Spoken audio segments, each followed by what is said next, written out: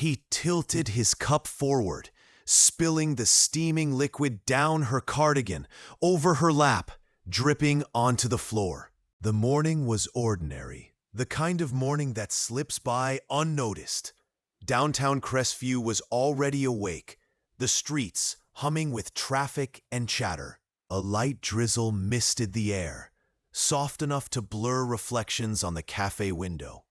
Inside, Riverside Coffee House smelled of espresso, cinnamon, and routine. At a corner table by the window sat Alyssa Carter, early 30s, black, neat braids pulled back, a soft blue cardigan hugging her shoulders. She was a quiet woman, the kind who carried calm like armor. She worked nights at the hospital, 12-hour shifts in the ER. Coffee was her anchor before the world spun again. She sat there, scrolling through her phone, waiting for the warmth of her drink to settle her nerves. The door swung open with a loud ding. In walked Officer Rick Donnelly, tall, mid-40s, white, his uniform slightly wrinkled, eyes sharp and tired.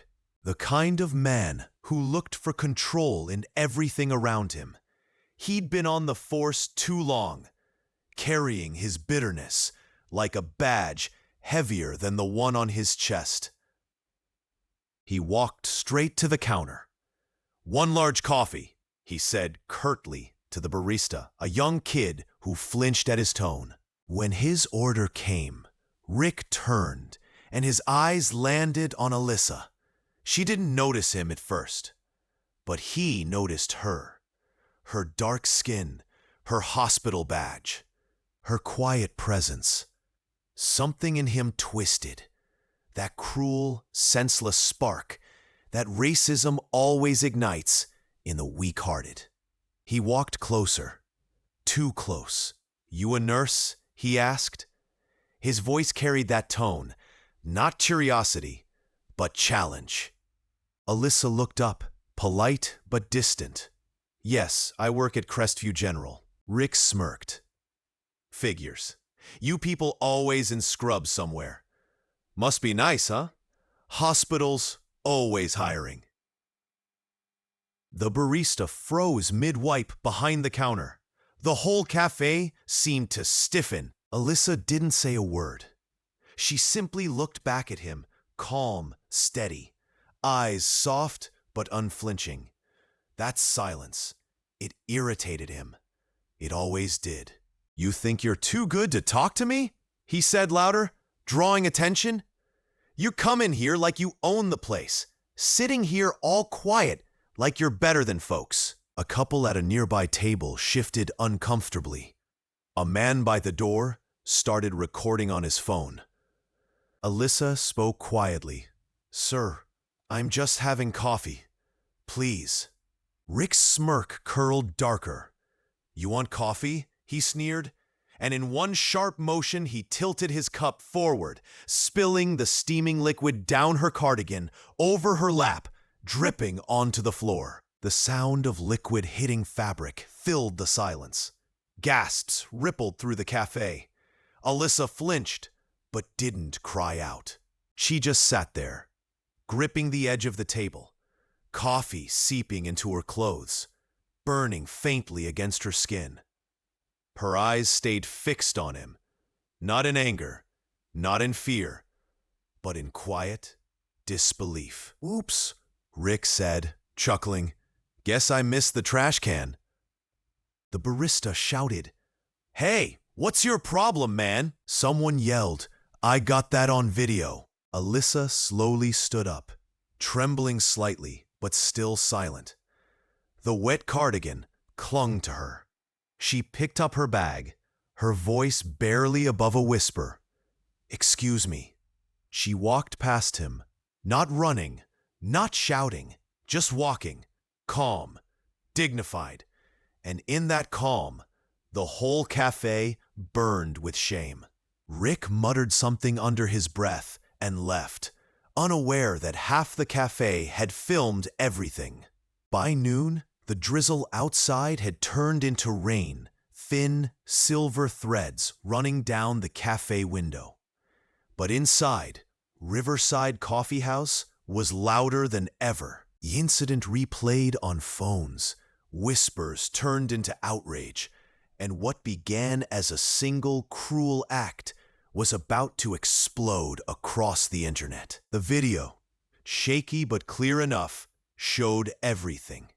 Rick's smug grin, Alyssa's calm silence, the splash of coffee, the stunned faces.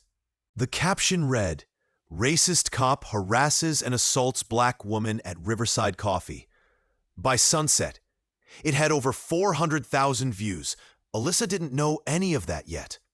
After the incident, she had quietly gone home, changed her clothes, and gone to work her shift like she always did. Her coworkers noticed the redness on her hands, mild burns, but she brushed it off. "Hot coffee spill," she said softly. "It's fine." But it wasn't fine. It wasn't fine at all. Her friend and coworker, Maya, cornered her during a break. "Girl, you don't just walk away from something like that," she said, her eyes fierce. "You need to report him." Alyssa shook her head. "He's a cop, Maya. Who's gonna believe me?" Maya crossed her arms. Half of Crestview saw that video. "You don't need them to believe you. They already know." Alyssa blinked, confused. "Video?" Maya turned her phone around. The screen showed Rick's face, frozen mid-smirk, the spilled coffee mid-air. The comments section was an inferno. "Fire this cop now." Her grace broke me. She didn't even fight back. This is what systemic hate looks like. Alyssa stared, silent. By the next morning, the story was on local news. Channel 7 ran the headline, "Officer under investigation after cafe assault caught on video." They showed the footage, blurred but unmistakable. Rick Donnelly's name flashed across the screen. The police department issued a brief statement. "We are aware of the incident involving Officer Donnelly. An internal investigation is underway. The department does not condone misconduct."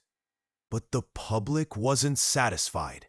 At the cafe, people came in not for coffee, but for justice. Customers demanded answers.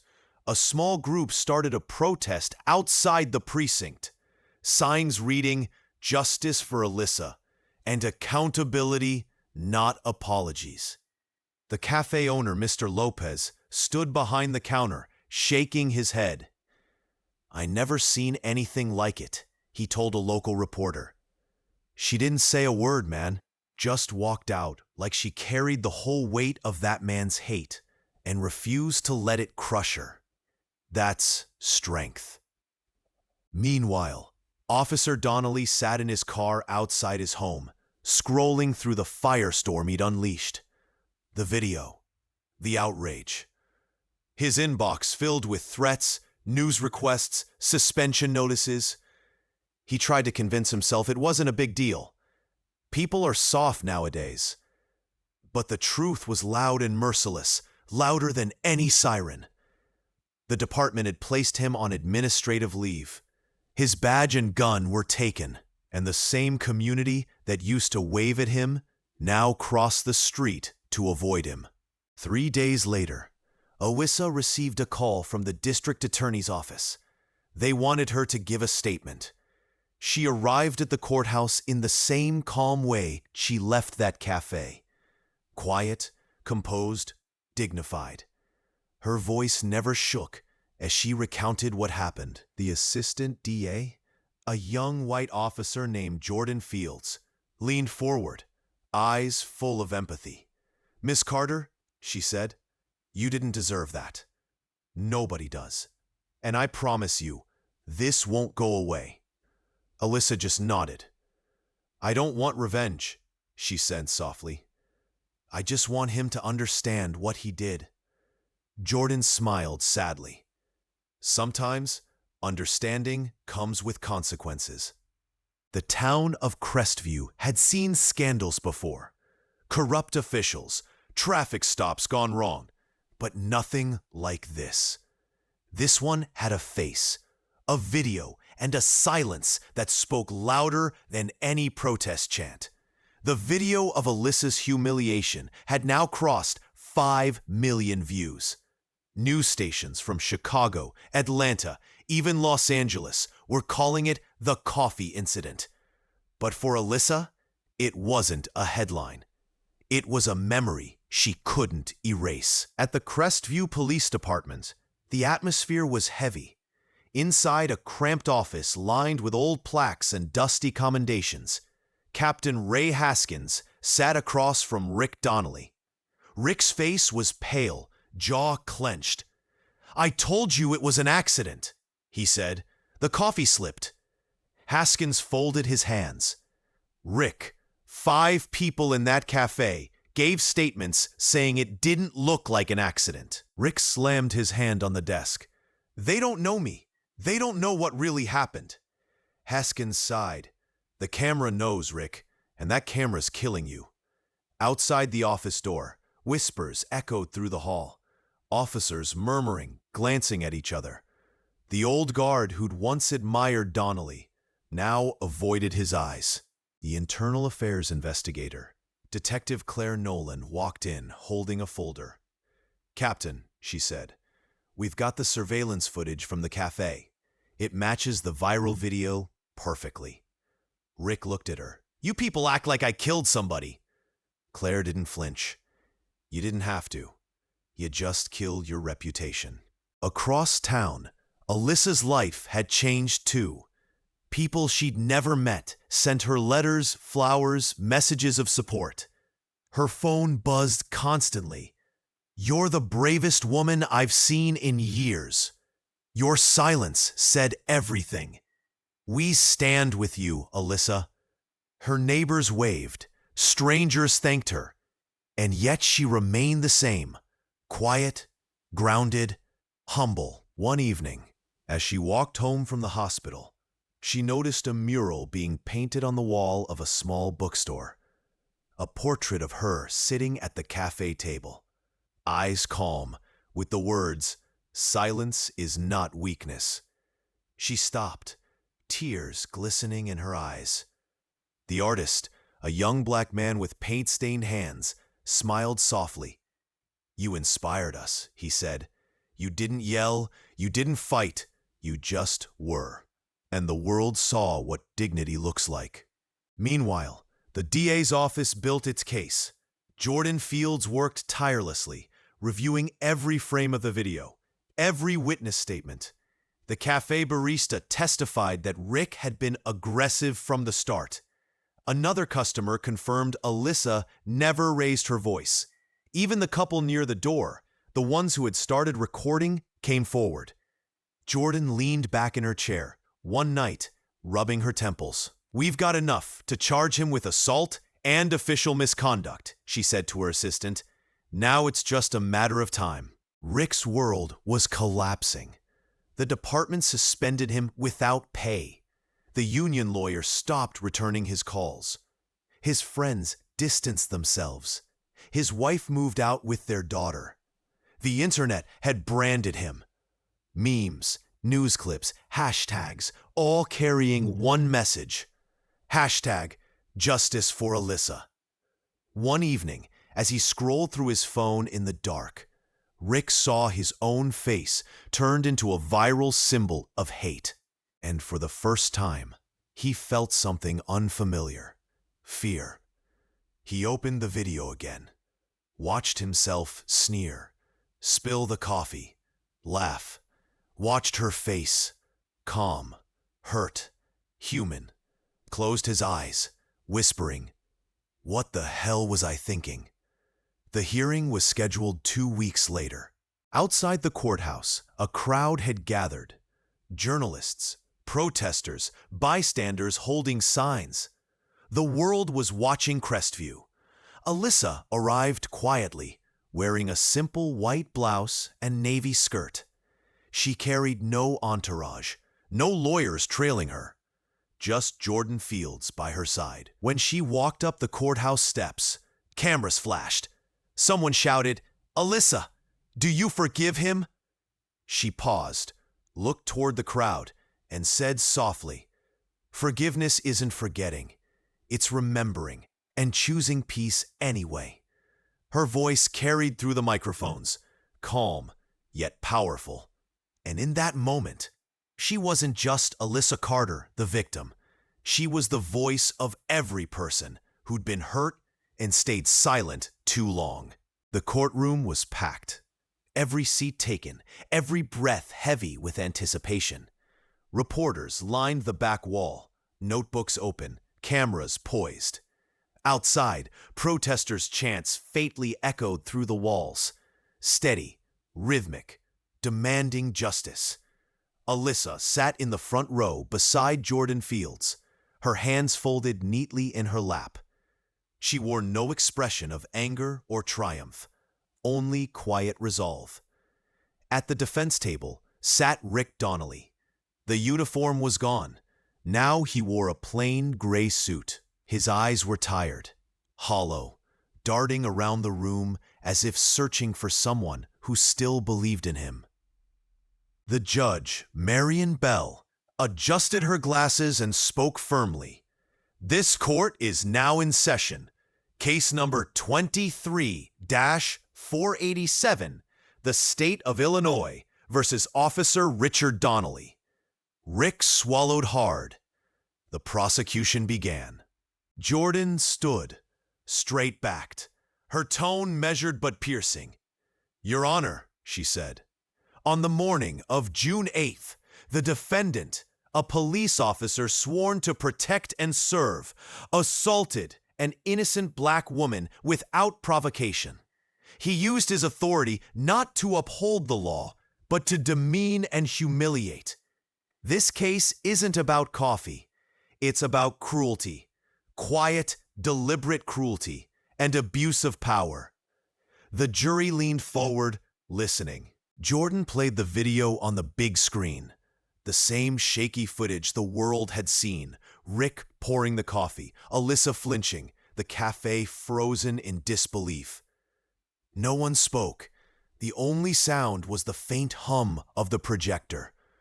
When the video ended, Jordan turned to the jury. She didn't raise her voice. She didn't retaliate. She simply endured, and that silence became her strength. But silence shouldn't be the price of dignity. Today, we ask this court to restore what was stolen from her: respect and justice. Rick's defense attorney stood up, a middle-aged man with slick-back hair and an air of exhaustion. "Your Honor," he said, "my client made a mistake. He was under stress. His actions were inappropriate, yes, but not racially motivated. He served this city for 20 years. We asked for leniency." Jordan responded sharply, "Stress doesn't justify hate." When Alyssa took the stand, the courtroom hushed. She swore in, sat down, and spoke softly but firmly. "I didn't want this to be about me," she said. "I just wanted to drink my coffee and go to work. But when that happened, it wasn't just coffee. It was disrespect. It was power used to shame. And I stayed quiet because I thought that was safer. I didn't know people would see or care." Jordan asked gently, "Why didn't you fight back?" Alyssa's gaze drifted toward Rick. "Because I knew he wanted that. He wanted me angry, loud, broken. I wasn't gonna give him that." Sometimes silence is the loudest answer. You could hear a pin drop. Even Rick's lawyer looked down. When Rick finally took the stand, his confidence crumbled. He stammered, avoiding eye contact. "I didn't mean for it to go that far," he muttered. "I just lost my temper. People record everything these days." "I didn't think," Jordan cut in. "You didn't think she was human enough to deserve respect." He froze. His mouth opened, but no words came out. By afternoon, the case had ended. The judge returned after deliberation, her voice clear, decisive. "Officer Donnelly, this court finds you guilty of misdemeanor assault and official misconduct. You are hereby sentenced to 6 months in county jail.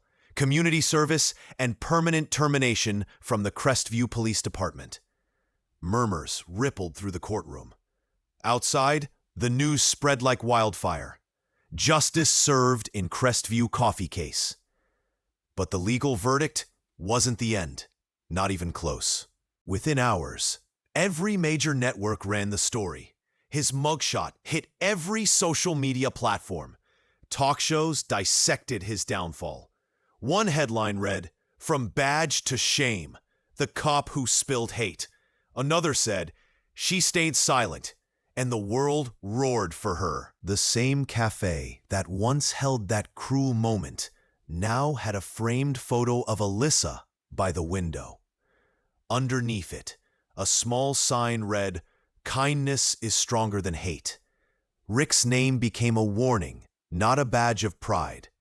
He couldn't walk down the street without whispers. Old friends turned away. Even his daughter refused to speak to him. For a man who once thought power made him untouchable, humiliation became his shadow. Meanwhile, Alyssa went back to her life. The hospital shifts, the quiet mornings, the same cafe where it all began. One day, the barista handed her a cup with a shy smile. "This one's on the house," he said, "for being the calmest storm we've ever seen." Alyssa smiled faintly. "Thank you." She sat by the window again. Same seat, same table, and looked outside. The world hadn't changed overnight. Racism hadn't vanished. But something had shifted. People were watching now, listening, caring. Weeks passed. The summer heat softened into early autumn, and the story that once shook Crestview began to settle, not forgotten, but transformed into something deeper. The cafe, once the stage of humiliation, had become a symbol of resilience. People came not for coffee, but for connection. To sit at the same corner table where Alyssa had sat, to whisper to one another about courage, grace, and the power of silence. Mr. Lopez, the cafe owner, even renamed her usual seat Alyssa's Corner. A small brass plaque glimmered on the wood. Strength in stillness. Every morning, Alyssa would stop by before her hospital shift. She'd order her latte, nod at the barista, and sit quietly, watching the world move outside the window. The same window that had once framed her pain, now reflecting her peace. The town had changed too. The Crestview Police Department underwent reforms, mandatory sensitivity training, new leadership, community liaisons. None of it was perfect, but it was something. And when people talked about it, they always said the same thing. It started with that woman, the one who didn't shout, the one who just looked hate in the face and stayed human.